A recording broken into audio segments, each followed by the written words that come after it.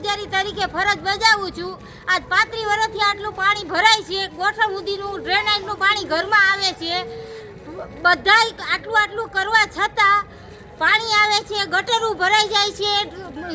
નગરપાલિકામાં અરજીઓ દીધી, બધું ભરાઈ ગયું, તોય કોઈ આવતું નથી। હમણાં નગરપાલિકાના મોટા ટ્રસ્ટી ને એ બધા આવીને જોઈ ગયા કે બધો નિકાલ થઈ જશે, કોઈ જાતનો કોઈ નિકાલ નથી થતો। જમીન વેરો, મકાન વેરો ભરવાનો હોય ત્યારે કેમ કહી દો છો કે આટલા દિવસમાં નહીં ભરાય, તો પછી અમે એનું આટલા દંડ થાય ને આટલું આ થાય તો એ અમે ભરી દઈએ છીએ।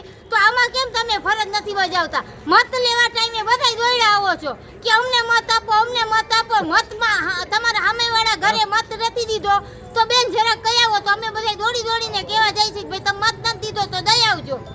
તો તમે ઈ કામ નથી કઈ કરતા, તો આ તમે આવ્યા હતા તો હજી કેમ કોઈ આવ્યું નથી? આટલા નાના છોકરાઓ છે ઘરમાં, બધા માંદા પડી ગયા છે ડ્રેનેજના પાણીની હિસાબે। એનું કરવાનું શું? રાજેન્દ્રસિંહ, અમારે 20 વર્ષથી છે, કોઈ દાદ દેતું નથી। અમે ઘણા મદદ અમારી કરવી છે, અમે અહીંયા જઈ આવ્યા પણ કોઈ અમને દાદ દેતું નથી। તો અમારાનો નિકાલ કેવી રીતે અમારે લાવવાનો? તો અમારે હવે શું કરવાનું? અહીંયા જાય તો અમને ઘણી શરમ આવે છે કે દરબારની બાઈ અહીંયા હારી ન લાગે, પણ શું થાય, આજ અમારે જવું પડે છે। અમારી લાયક એવી છે એટલે, બીજું કાંઈ નથી। પણ અમારી આ ગટરનું મેઇન કામ ગટરનું કરી દો। અમારા બાથરૂમ ભર્યું, સંડાસ કેવી રીતે ભર્યું છે એ તમે આવીને જોઈ જાઓ, પછી તમને ખ્યાલ આવે। અમે બોલવી એ નો કામ આવે। અને આ નવરાત્રી પાછળ આવે છે, તો નવરાત્રીમાં કેમ ધૂપ દીવા માતાજીને કરવા એ તમે આવીને જોઈ જાઓ, પછી તમને ખેડ બેસે। બાળકો તો જો અત્યારે હાજાન માંદા મળતા જ નથી, કારણ કે આ રોગચાળો એટલો થયો છે ગટરના હિસાબે। તો આમાં કેમ અમારે રહેવું એમ? આનો નિકાલ કરો જલ્દી। અરુણોદયમાંથી મીનાબા વાઘેલા બોલું છું। અમારો પ્રશ્ન ગટરનું છે, કોઈ નિવારણ થતું નથી।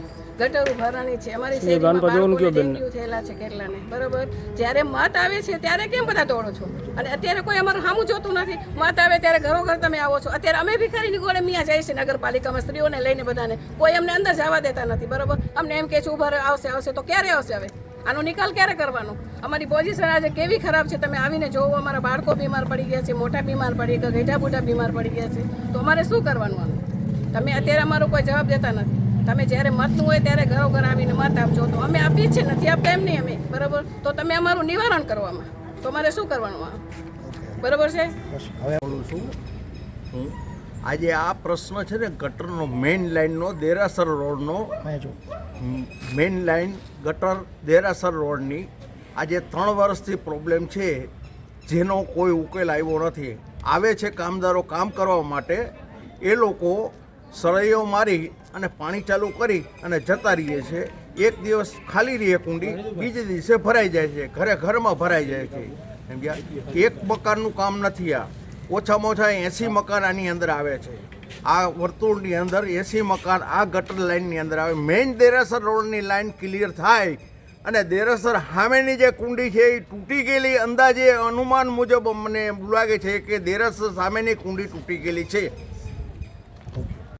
નામ, ગામ અને આ સોસાયટી ક્યાં છે, શું પ્રશ્ન છે તમારો? મારું નામ યશપાલસિંહ ઝાલા। અમે અરુણોદયનગર સોસાયટીમાં ગટરનો પ્રશ્ન લગભગ મહિના એકથી છે। સંડાસ બાથરૂમ બધાના ભરાયેલા છે, 200 મકાન છે, કોઈનો બધાના ભરેલા, જવામાં તકલીફ થાય। અને બેક ફેર અમે નગરપાલિકાએ ગયા, કાંઈ નિવારણ હજી આવ્યો નથી। હજી હાલની તકમાં તમે પણ જોયું, બરોબર, બધાના સંડાસ બાથરૂમ ભરેલા છે। તો માથે નવરાત્રી આવે, બરોબર, તો નવરાત્રીમાં માથે ધૂપ દીવા કરવા હોય તો ફળિયામાં પણ પાણી ભરેલા હોય। સવારે તમે જુઓ તો પાણી ભરેલા હોય, રસ્તામાં તમે આ બધું તમે જોવું બહાર તો કેટલી ગંદકી છે, બરોબર, મચ્છર માખી, તેની જવાબદારી કોણ લે? 2 થી 3 ફેર અમે નગરપાલિકા જેવા જો અરજી છે, બરોબર, અરજી પણ દીધેલી, હજી કાંઈ નિકાલ આવ્યો નથી। જાય એટલે જવાબ એમ દે આમ આજ આવશે, કાલ આવશે, કોઈ આવતું છે નહીં, બરોબર? ગટરું તમે જોયું ઢાંકણા ખુલ્લા છે, બરોબર, તમે વિડીયોમાં જોયું જ છે। તો ઢાંકણા ખુલ્લા, કોઈ નાનું છોકરું રમતા પડી જાય ને કાંઈ પણ થાય તેની જવાબદારી કોણ લેશે? અને મોદી સાહેબ એમ કે સસભ્યતામાં, તમને ક્યાં સસભ્યન જેવું લાગે છે? સસ જેવું લાગે છે ક્યાંય?